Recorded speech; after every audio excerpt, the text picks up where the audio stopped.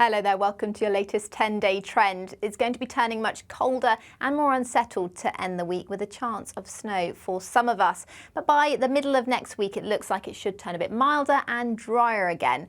More on that in a moment, but at the moment we've still got milder air across us, but that is soon to be replaced by much colder air through the course of Thursday. So it will turn colder and more unsettled through Thursday. And then on Friday, a low pressure system will likely develop to the south and west of the UK. This could bring a spell of quite persistent wet weather into parts of the southwest, but also some snow as that does push further north over the high ground of Wales and northern England, as well as parts of Northern Ireland potentially, and as far north as northern Scotland. But there is some uncertainty with quite how far north this wet weather will push. But for many of us, it's going to be a cold and fairly cloudy day with a risk of some outbreaks of rain and sleety snow.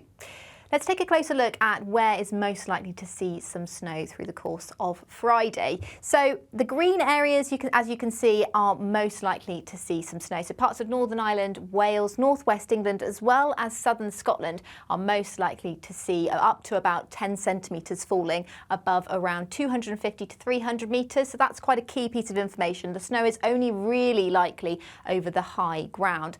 Low levels could see a couple of centimetres, but there's quite a low risk of anything settling. Across the far north of Scotland, we could also see up to 5 centimetres if that band of rain and sleet and snow does push further north, and that would also be over the high ground above about 300 metres. There's also a risk of some quite persistent wet weather spreading in across parts of South Wales and the southwest. So make sure you keep up to date with the day-to-day forecast to find more details on this weather through Friday and into Saturday. Through the rest of the weekend, though, it will stay fairly cold, and we do have low pressure still with us, so it will still feel fairly unsettled with a risk of further persistent rain and showers, particularly through Saturday. That low pressure will slowly start to fill and move away through Sunday, bringing some drier weather, but it will still feel fairly cold. And then the next low pressure system pushes in for Monday, bringing with it a band of rain. So another quite wet day to come on Monday for many areas. So it will stay fairly cold and unsettled from Friday all the way through into Monday. But then we're expecting to see a shift in our weather patterns. So let's take a closer look at what that shift may be. So we need to take a look at the jet stream a little bit further afield across the other side of the Atlantic. So you can see by the start of next week, by Monday, we've got quite a strong jet core. You can see that by the deep red pinks. That denotes where the jet stream is. And that's being strengthened by this plunge of cold air pushing off Greenland, and that cold air will dive down across the Atlantic through the early part of next week. And what that will do to our jet stream is create a more meandering, amplified pattern. When we see those amplified patterns push across the Atlantic further towards the UK, that's when we can allow, that will allow pressure to build. So we can see more blocked patterns starting to develop and potentially high pressure building in. And that's what we're expecting throughout next week. So this shows you the most likely pressure trend throughout the next 2 weeks. So blues show low pressure likely being in charge across the UK. Reds denote higher pressure being in charge across the UK. So you can see that we've got quite an obvious change to reds throughout the weekend and throughout the rest of the 2-week period. However, through the early part of that transition, through the early part of next week, we've still got low pressure around, a good chance of seeing low pressure at times. And in fact, what we're expecting is for higher pressure to build into the east of the UK and lower pressure still to sit to the west of the UK. With that setup, we see a southerly wind, which is actually a milder direction. So what does that mean in general for our weather through the early part of next week? Well, with a southerly wind, as I said, it's a milder and warmer direction. In fact, it's looking like we'll see fairly dry air through the start of next week. So probably there'll be a good chance of some sunshine. And as we'll now be in spring, it will feel fairly warm in that sunshine. With higher pressure to the east as well, it will likely be fairly dry through a lot of next week, particularly across eastern areas.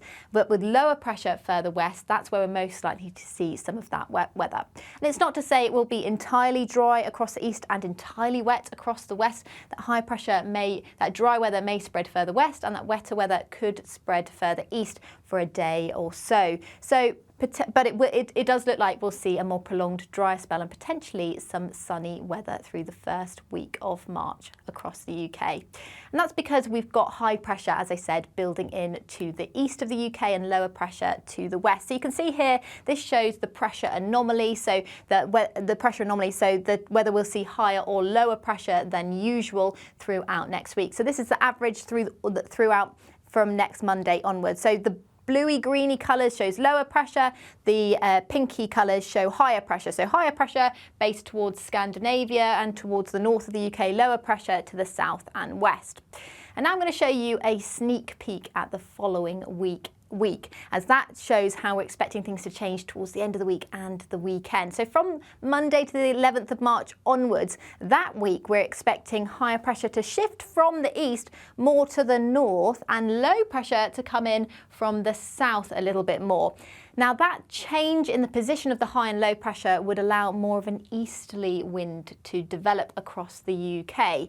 So the important detail, though, for this 10-day trend is when are we expecting that transition to happen, as we're likely to see that pressure pattern from about Monday the 11th. So this chart here shows you whether we're most likely to see easterly winds or westerly winds or neither. And so reds indicate a good chance of seeing an easterly flow across the UK. So you can see quite clearly here, there's quite a strong signal from about Thursday or Friday. So towards the end of next week, Thursday the 7th of March onwards, we're likely to see a bit more of an easterly flow across the UK. Now, if we were in the depths of winter, we would potentially be thinking that we could see some very cold weather and potentially some disruptive snow. However, we are now moving into March, so that is becoming less and less likely as we move further into March. However, it is still a colder direction at this time of year. So it will probably turn a bit colder and cloudier through the end part of next week, but with high pressure still dominant, it will probably remain much drier than it has been recently for many areas of the UK. However, as that low pressure becomes more likely to southern areas, that does increase the chance of seeing some more persistent rain moving into the south. So there's likely to be a subtle change through the end of next week, but in general, the main message is for next week to be much drier than of late. However, there is some cold and unsettled weather to come this weekend, so please keep up to date with the day-to-day forecast for more information on that, and I'll see you later.